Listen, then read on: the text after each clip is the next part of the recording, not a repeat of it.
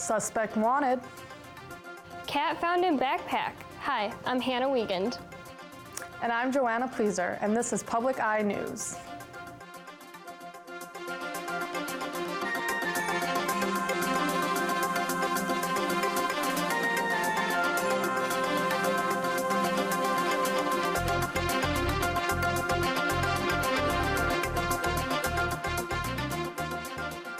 Students at Northern Michigan University participated in a march yesterday to support the beliefs of Dr. Martin Luther King Jr. The march started in the Payne-Halverson lobby and ended at the University Center, where students had the option to attend presentations that addressed racial and diversity issues.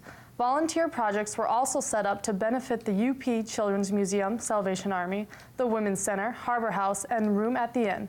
Associate Director of the Multicultural Education and Resource Center, Shirley Brazo, said the event was meant to show the lack of equality in the United States.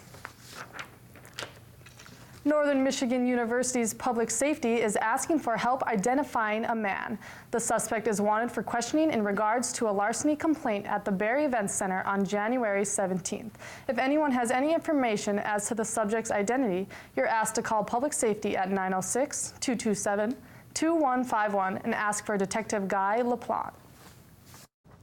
Matthew Crozier, 26, was driving westbound on US 41 on the Evergreen stretch in Ely Township when he tried passing a semi-tractor in the passing lane, heading the same direction. Crozier lost control of the vehicle and crossed the center line, crashing into another vehicle. He died in the car crash. Gerald Honeyagger, 62, was driving the other vehicle, a 1998 Chevrolet Suburban. He and his wife Donna were seriously injured in the crash and transported to UP Health Systems Marquette. Negaunee Post troopers are still investigating the fatal car accident. This past Saturday in Escanaba at 11:15 a.m., a female pedestrian was hit by a semi-truck heading south on US 2. Escanaba Public Safety is saying the woman may have intentionally walked into the path of the truck. The woman was taken by a Rampart ambulance to St. Francis Hospital, then transported to UP Health System Marquette, where she later died of her injuries. No names have been released in the incident. Escanaba Public Safety was on the scene for 3 hours. The incident is still under investigation. The Saginaw Police Department have issued an Amber Alert for a 2-year-old Saginaw girl. Her name is Malaya Hill, and she is a black female and has brown eyes and black hair. Malaya weighs 30 pounds and is about 2 feet tall. She was last seen with her 15-year-old cousin, Michaela Williams, at 1504 Walnut and 9th in Saginaw. Michaela is a 4'6" tall girl with brown eyes and black hair, dyed red and blonde. If you have any information, contact the Saginaw Police Department or call 911. Good news for car owners and penny pinchers in Michigan. The price of gas was reduced to just 47 cents a gallon on Sunday. A gas station in Houghton Lake, Michigan hit the mark after a price war between 3 stations in the area. According to GasBuddies.com senior petroleum analyst Patrick DeHaan, Michigan is the first state to have gas prices under $1 in about a decade. DeHaan also said these prices are unheard of, and the next lowest in the country was $1.29 per gallon in a gas station in Virginia. Gas prices are averaging at $1.89 in the U.S., which is down 17 cents from last year's average. And after the break, we will have your national and international news. Stay tuned. They may not look like much, but these are nature's natural-born hustlers. They're illusionists, con artists, and thieves. Every day, these animals must find food or die. So they'll trick and deceive. In these Hunger Games, they'll do what it takes to cheat the system and survive. Wednesday evening at 8 o'clock Eastern. The Supreme Court announced on Tuesday that it will decide the fate of President Barack Obama's immigration action this term, most likely by early summer. The president's actions are aimed at allowing millions of undocumented immigrants to apply for programs that could make them eligible for work authorization and associated benefits. The president unveiled the programs over a year ago, but federal courts blocked implementations in response to a challenge brought by Texas and 25 other states.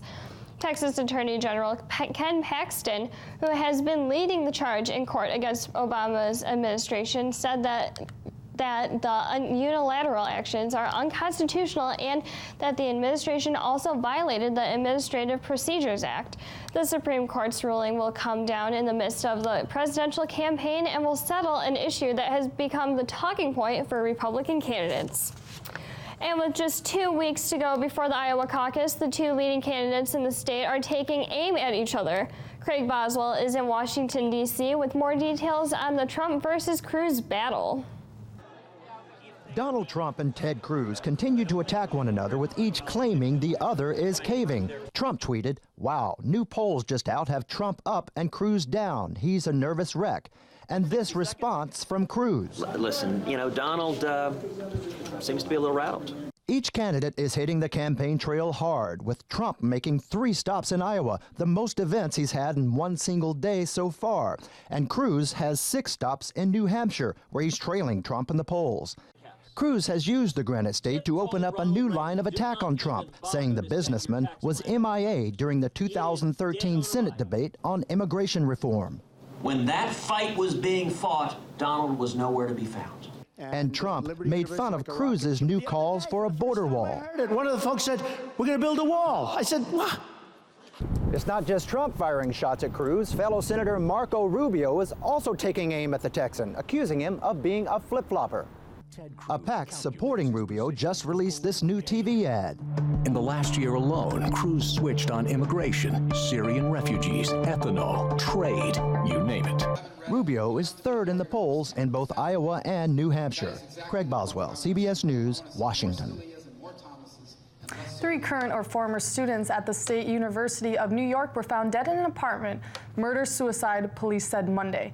24-year-old Colin Kingston of Geneseo was distraught over the end of his 3-year relationship with basketball player Kelsey Anise. Kingston telephoned his father early Sunday morning and told him he had brought harm to Anise. His father alerted the police, who found the bodies of Kingston, Anise, and 24-year-old Matthew Hutchinson in Anise's apartment. The relationship between Anise and Hutchinson is unknown, but police think Kingston surprised the pair and used a large knife to murder them. Shortly after Kingston called his father at 6:21 a.m., he took his own life. Classes were held today, but men and women's basketball games have been postponed. Today marks the first day of tax filing season, and scammers are trying to take advantage of taxpayers. The biggest phone fraud in IRS history is growing. Now the government is launching a new campaign to fight back. Chip Reed reports. The IRS is calling me? Is this for real? The Treasury Department issued this public service announcement to warn taxpayers about phone scammers who claim to be IRS agents. Hang up on fraud. Who are these people making these calls? They're just ruthless criminals, and they really don't care about people. They don't care about anything other than trying to intimidate you into paying them money. North Carolina pastor Al Cadenhead told us last year he was so scared he couldn't think straight. It started with this threatening call. Delay in calling us back might end up into a legal mess for you. He did call back. She was informing me that they were filing a warrant for my arrest. So over the next 7 hours, he made multiple withdrawals from his bank and sent the money to the IRS impersonators with prepaid debit cards. The total, $16,000. And Cadenhead is far from alone. In March of last year, about 366,000 people had been called by the scammers. Now it's more than 900,000. And the total amount of money stolen has grown from $15 million to more than $26 million. What should tip people off that this is a scam? The tip-off is, if you don't pay immediately, you're going to go to jail. That is the tip-off. The IRS will never make a telephone call like that. Chip Reed, CBS News, Washington. And after the break, we'll have your weather and sports. Stay tuned.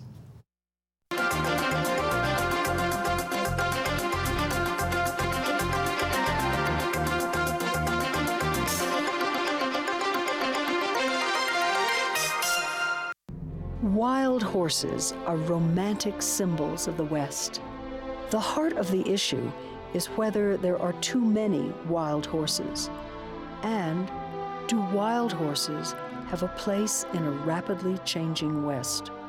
In the middle of this 21st century controversy, in the heart of a rapidly changing West, are the wild horses. Join us Wednesday evening at 10.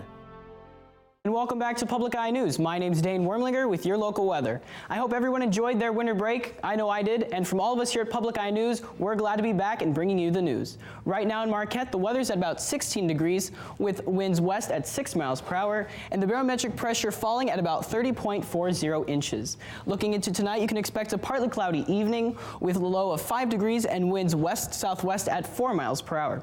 And looking into tomorrow, a partly cloudy day with a high of 22 degrees and winds southwest at 3 miles per hour.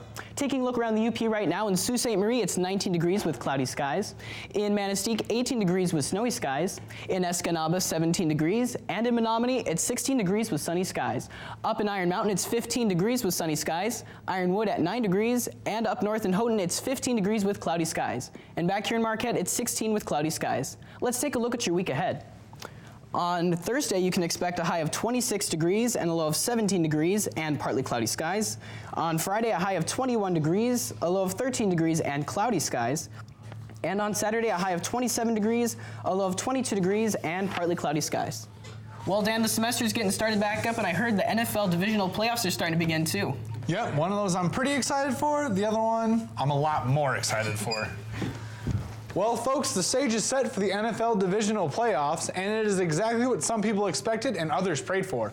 On the AFC side of things, the New England Patriots made it in just like you'd expect, by playing hard and staying consistent all season long. The Denver Broncos might have just been the opposite. With the injury of Peyton Manning early in the season, many fans and experts alike counted this team out, but all the time on the bench served Brock Osweiler well, and he became the backup that Denver needed. On the NFC side of things, the story turns more dramatic. The Cardinals of Arizona hold their own against Aaron Rodgers and the Packers to earn their spot in the divisional playoff. But one will have to wonder how the team will defend the hard-dabbing Cam Newton and his Panthers squad. It's preseason favorites in the NFC and old giants in the AFC squaring off.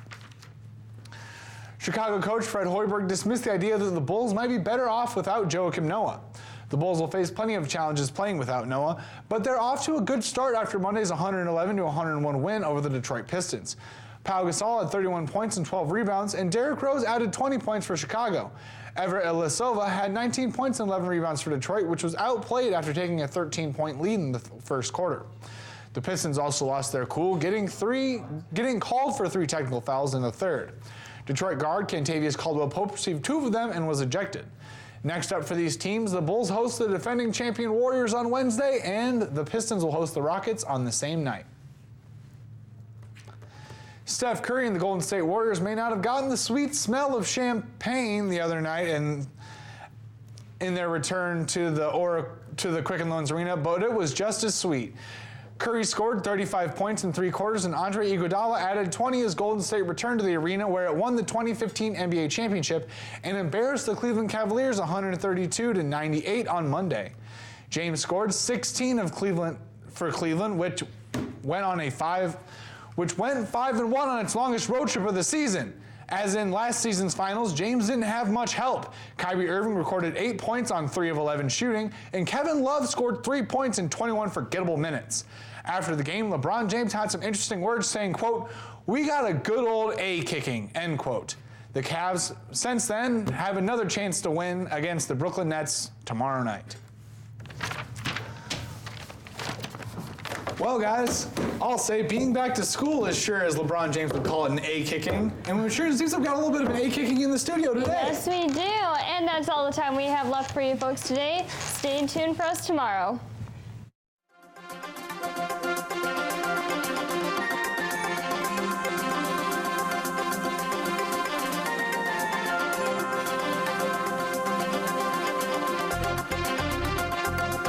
The preceding program was produced in studios located in the Edgar L. Hardin Learning Resources Center by WNMU-TV, Northern Michigan University Public Television.